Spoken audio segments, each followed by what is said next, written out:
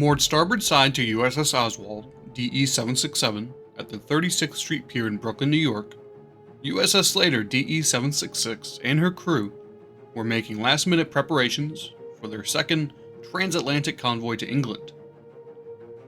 Various units of her crew departed and returned to the ship on the 21st of November. A few absentees were noted at morning muster. Seaman Second Class Dean and Radarman Third Class Sterner were nowhere to be found. Sterner did appear about an hour later, having been absent over leave since 0700. Fireman Second Class Naleski sustained a slight back injury while on duty, but did not require transfer to a shoreside hospital. At 1200, a summary court-martial was held in the case of Seaman Second Class Tuning and Fireman First Class Wood. Executive Officer Lieutenant Poulsen was the senior member. Dean returned the following morning, just shy of 24 hours absent over leave. A small fire was reported at 12:45 in C309A. This compartment neighbors a 40mm magazine. Fortunately, the fire was easily extinguished. A pair of gloves had mysteriously combusted, most likely happening while welding. Later that afternoon, new crew members reported aboard from the Naval Receiving Station. Signalman Third Class Hoffman also came aboard, but from USS Gentry, DE 349. On the 23rd, Seaman First Class Hargrove returned after missing morning muster.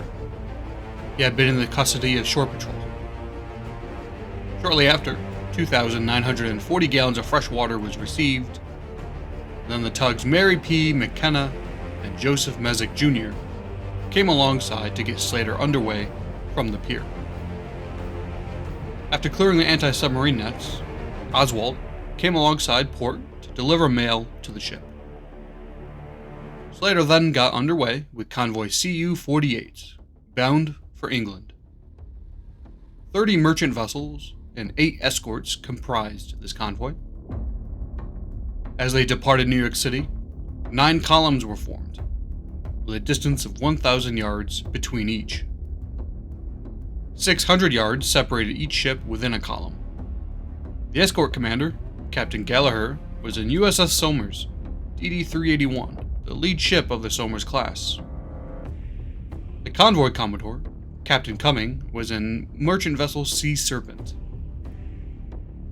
For the entire watch, the Echo ranging sound gear was out of operation for repairs, but fortunately the other DEs in the convoy were able to cover.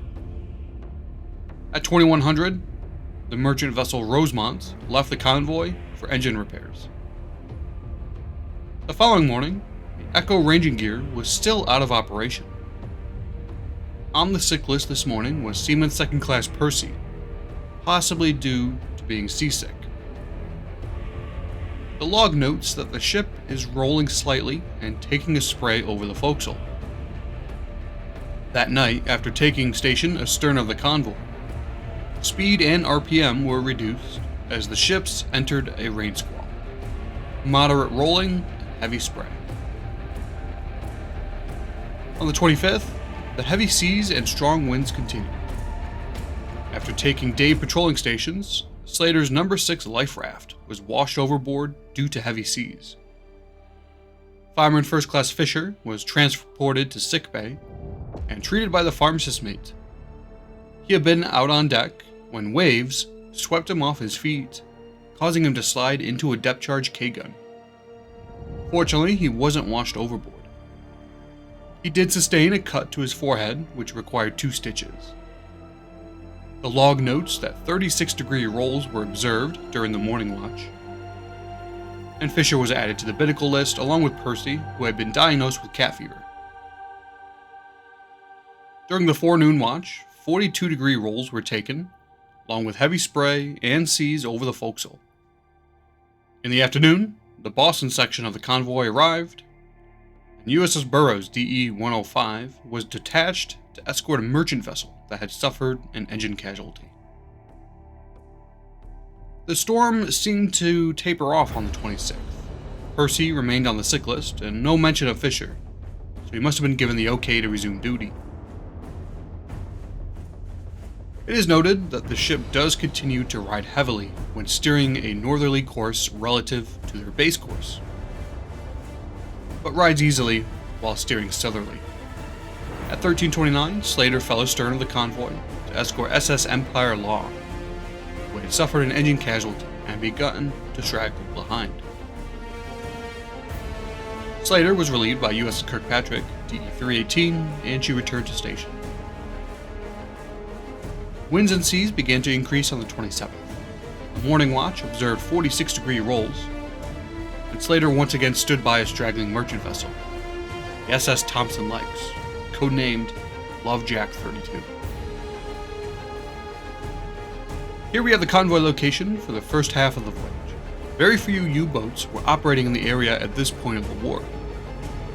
U-1230 was approximately 180 miles north of the convoy on the 24th. Slater's second convoy to England will continue next week. Fast forward 78 years, and Slater could be found moored portside to the Albany Snow Dock. Our 25th season is now in the books, and for the next 4 months, the only destroyer escort afloat in America will lose 50% of her operating revenue as she waits for tourists to return in the spring. If you wish to keep a volunteer warm this winter as they continue to transform Slater into a model for all historic ships, head on over to our website, ussslater.org, and donate what you can. While there, consider becoming a member for only $25, and check out our gift shop. With the holiday season upon us, we have some great gifts available for that special history lover in your life.